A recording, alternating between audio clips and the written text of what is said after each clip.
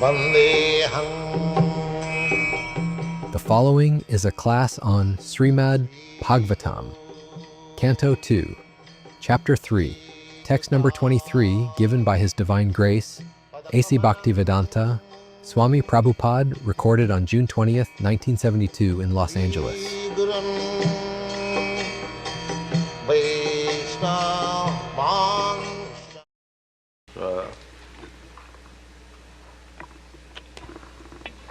Prahlad Maharaj was asked by his father, how did you develop this Krishna consciousness? So he replied that Naishangmatistavadurukkramangri, this Krishna consciousness cannot be developed Prishati anartha upasamo jadartha. Krishna consciousness, development of Krishna consciousness means anartha upasama. Anartha means things which do not require. Anartha. Artha, anartha. Artha means which is essentially required. And anartha means which is not required. Artificially we have requisition. So when one grows his Krishna consciousness, immediately his artificial life becomes finished.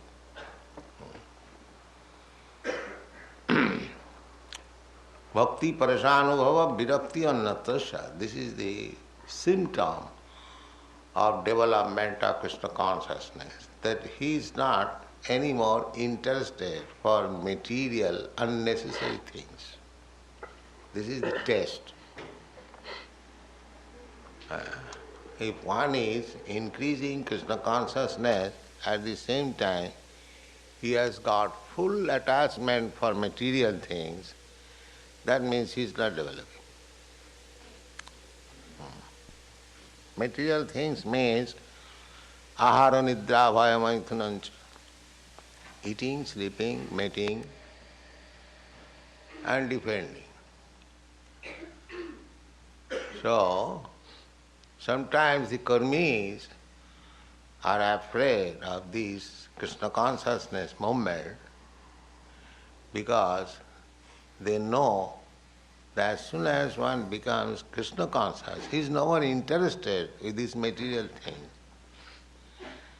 Just like we say, don't eat meat.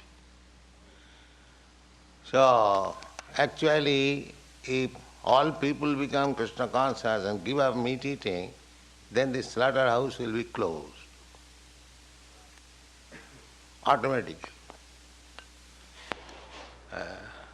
We say no meat eating and no intoxication. So if all people become Krishna conscious and give up drinking and smoking, the big business, breweries and cigarette manufacturers will be closed. Similarly, no illicit sex. If people take to Krishna consciousness, then so many brothels and clubs and nudies and everything will be closed. So they are afraid of their business. Therefore they don't encourage this movement. Because ultimately if this movement goes on, then where they stand? Everywhere we go, the advertisement is for intoxication, for sex, and for meat eating. These are the advertisements. Business is going on very nicely. But Krishna consciousness means virakti annatasya. If one tastes Krishna consciousness, like the dust of a pure devotee, if he takes the dust of the lotus feet of a pure devotee, immediately he becomes freed from all these unnecessary demands.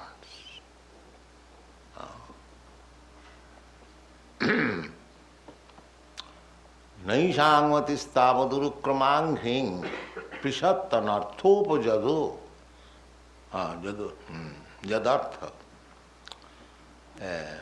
niskinchananang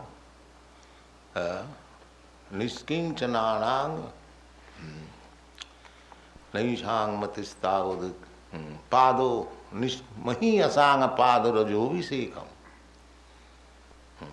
Krishna consciousness cannot be developed unless one takes the dust of the lotus feet of a pure devotee.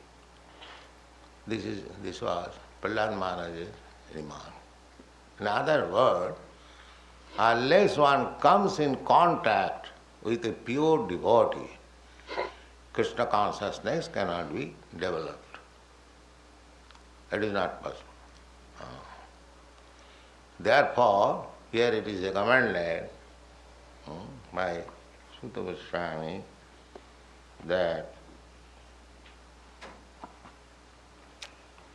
Jivan chavo bhagavatang hridenu najatumattu vilaveta jastu. Renu means dust. If one does not try to secure the dust of the lotus feet of Bhagavatam. Bhagavatam means pure devotee of the Lord. One Bhagavata is this book Bhagavata, another Bhagavata, the person Bhagavata, who lives on the book Bhagavata. He is person Bhagavata. Two kinds of Bhagavata.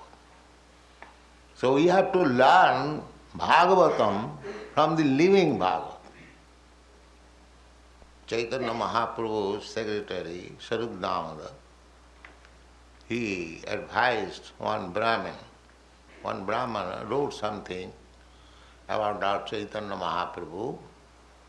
There are many poets and writers used to come and visit Chaitanya Mahaprabhu when he was at Jagannath Puri, and they would present some writings, but these writings would not be presented before Chaitanya Mahaprabhu unless it was sanctioned by his secretary, Srila Prabhupada.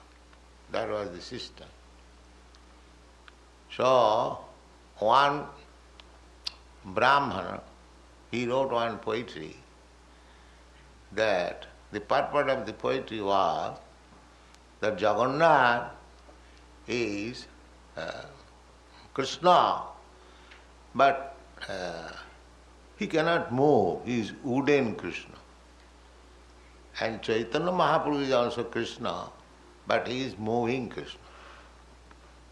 So that means he distinguished between Jagannath and Chaitanya Mahaprabhu. So this is not Siddhanta, this is not conclusion of the Shastra. Shastra conclusion is the deity and Krishna the same. There is no difference. We have many times explained this. Deity, the worshipful deity in the temple is not different from Krishna. So, Srila Prabhupada did not approve of the poetry to be presented to Sri Chaitanya Mahaprabhu. At that time, he chastised him that you do not know the conclusion and you dare to write some poetry. Don't do this. And he said, Bhagavata parogyaha Bhagavata sthane. If you want to understand Srimad Bhagavatam, then you go and study Srimad Bhagavatam from the pure devotee. Then you will understand. Otherwise, you write all this nonsense. Bhagavata Parogiya Bhagavata. So one Bhagavat, the two Bhagavat, you study Srimad Bhagavatam from living Bhagavat. So, if one does not take or does not surrender unto the living Bhagavata, he cannot understand Srimad Bhagavatam. Many scholarly, learned scholar, Sanskrit scholar, they cannot understand Bhagavad. I have seen many scholars. They cannot understand Bhagavad. Sanskrit scholar, they will read, but they will not be able to understand. Similarly, Bhagavad Gita also. If anyone studies Bhagavad Gita from scholarly point of view, ABCD, he will not understand. Krishna therefore said that, Arjuna, I shall speak the lessons of Bhagavata to you because you are my very dear friend and you are my devotee. Krishna did not want to speak Srimad Bhagavad Gita to a scholarly student. No. These books are not to be understood by mundane scholarship. That is not possible. All the Vedic Shastra, there is a big commentary on Bhagavad Gita by a great scholar and political leader, Lokmanya Tilak. So, one of his devotee is also politician. When I was in London, 1968, so he has got a society there, preaching the Tilak's political view like that. He has gotten. So he came to see me, and he was very much eulogizing Lokmanya Tilak, that he has written his big commentary, Karma Yoga. So he wanted to invite me and talk on Tilak's great task. So I told him that Tilak does not understand Bhagavad Gita. So immediately he was surprised. Then we had a talk, and I convinced him that Tilak was a politician, maybe a big scholar, but that does not mean he can understand Bhagavad Gita. Bhagavad Gita is understood by devotee. He may be illiterate. It doesn't matter. Still, as Chaitanya Mahaprabhu certified the illiterate Brahmin who was reading Bhagavad Gita in Ranganath temple, you know this story. The Brahmin was illiterate. His guru ordered him that you read Bhagavad Gita daily, 18 chapters. So he could not refuse the order of Guru Maharaj. So he was taking the book and simply saying. So those who knew that he was illiterate, they were criticizing. Well, Brahmin, how you are reading Bhagavad Gita? He could not answer because he knew that I am illiterate, I do not know. Chaitanya Mahaprabhu saw this fun and approached him. Well, Brahmin, what you are reading? So he could understand that this Chaitanya Mahaprabhu has not come to criticize him, he is serious. So he informed him, Sir, I am reading Bhagavad Gita, but I am illiterate.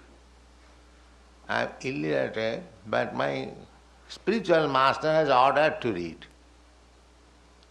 So what can I do? I have taken this book and moving these pages, that's all. What can I do? Actually I cannot read.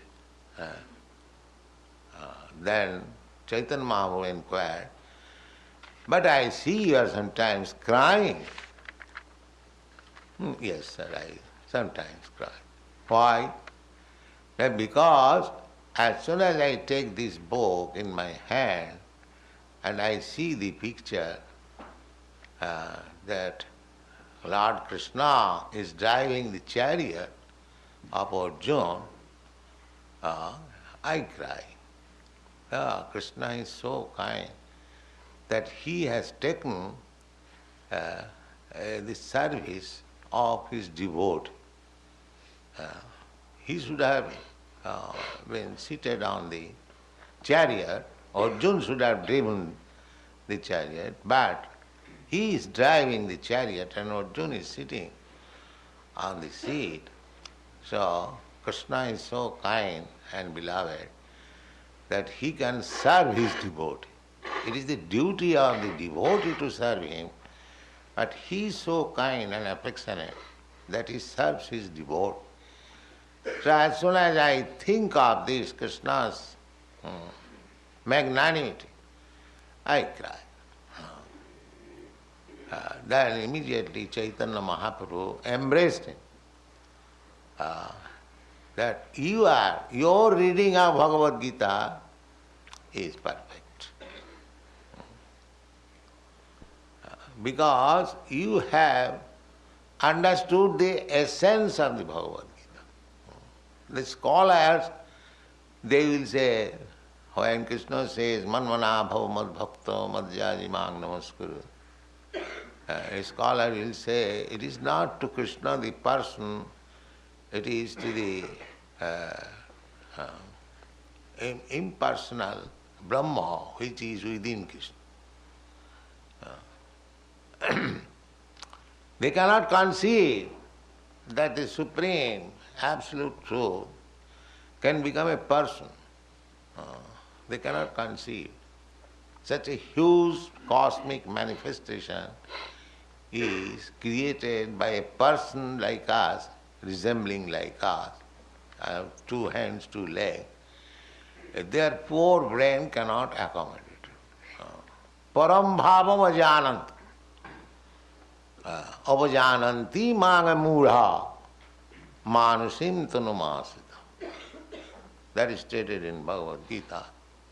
Mudha, fools and rascals.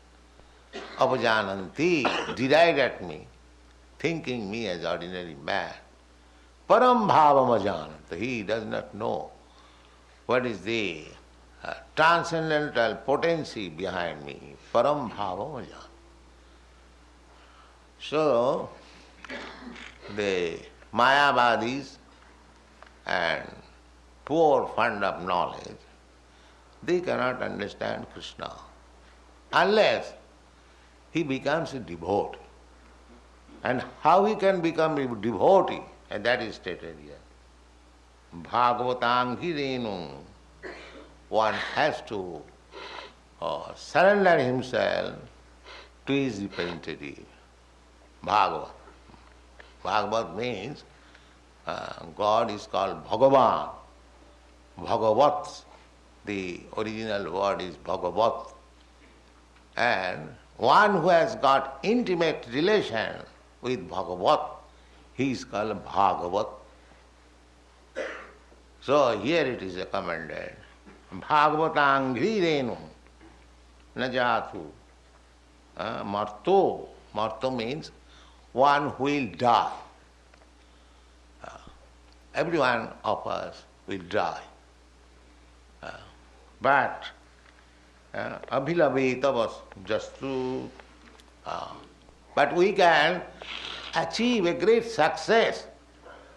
Although this body is mortal, we can achieve a great success. And what is that? To take the dust of the lotus feet of a Bhagavad. Simple thing.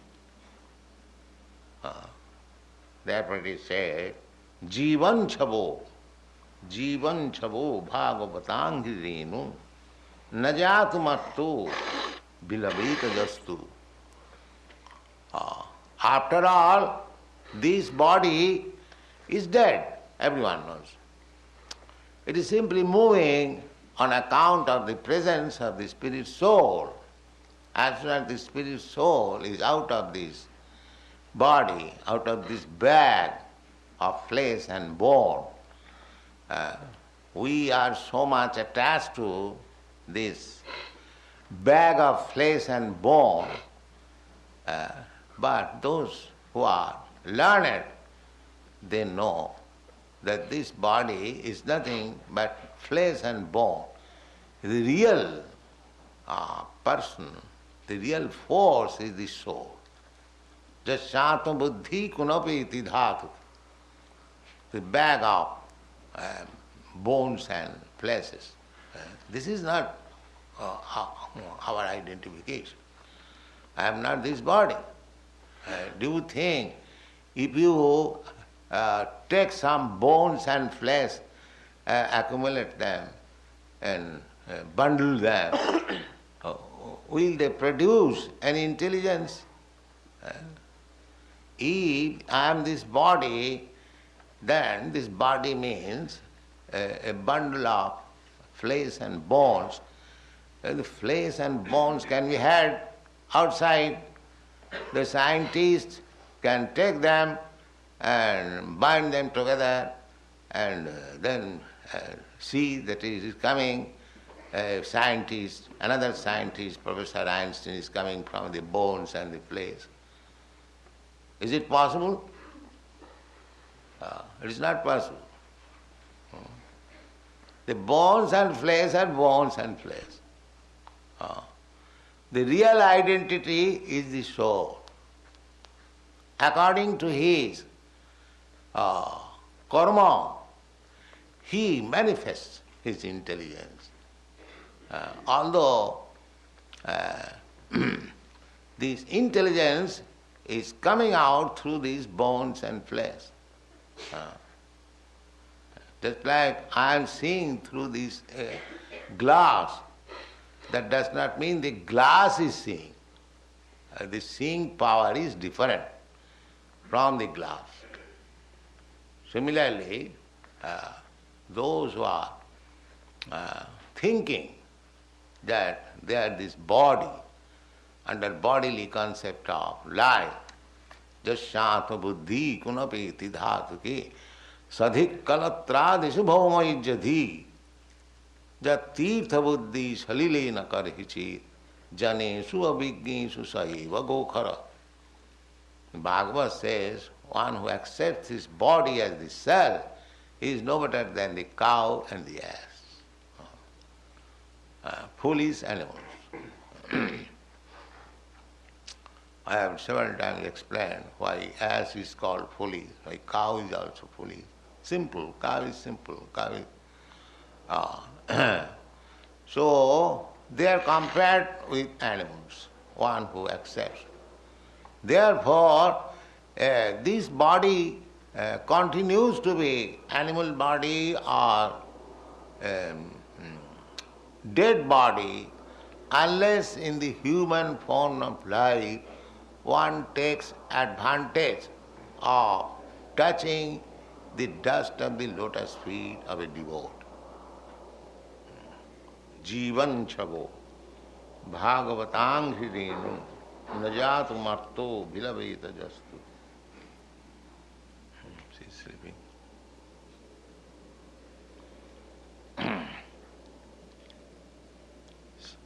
Sri Vishnu padya manujastulasya sasan chabo jastu nabida gandham. The nostril, we smell.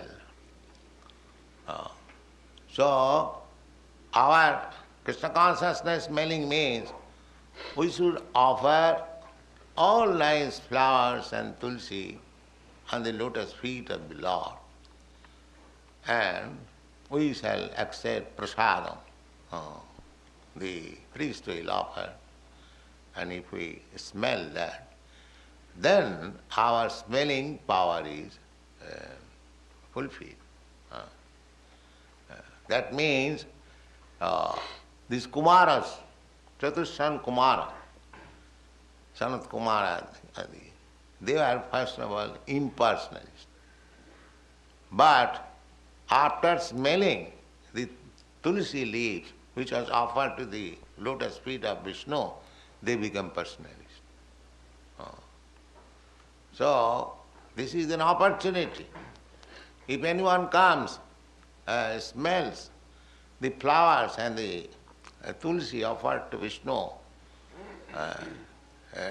tastes the Vishnu prasadam, and sees the Lord's form, in this way he develops Krishna consciousness.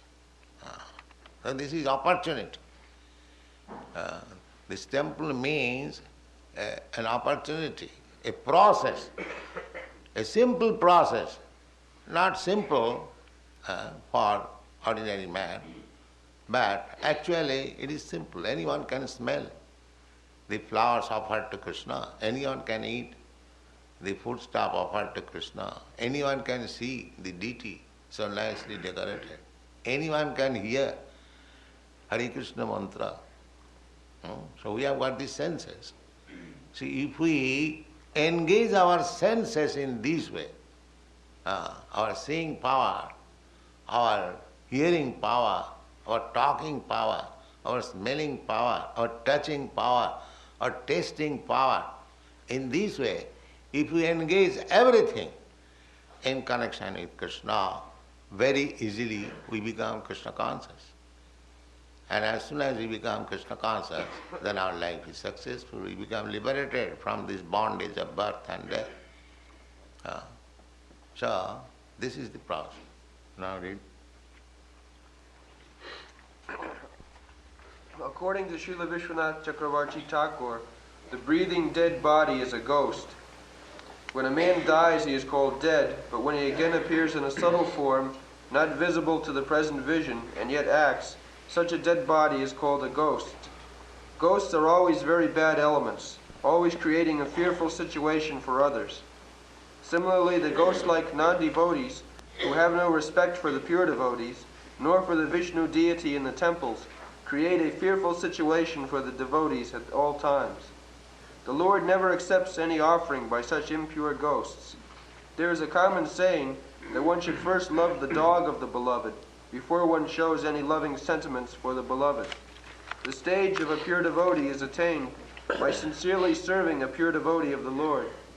The first condition of devotional service of the Lord is therefore to be a servant of a pure devotee, and this condition is fulfilled by the statement, reception of the dust of the lotus feet of a pure devotee who also served another pure devotee. That is the way of pure disciplic succession, or devotional parampara.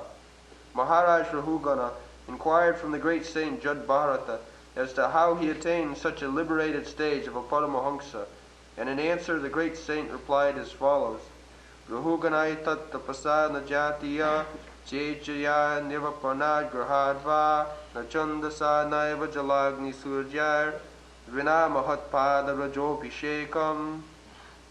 O King Rahugana, the perfectional stage of devotional service, or the Paramahamsa stage of life, cannot be attained without being blessed by the dust of the feet of great devotees.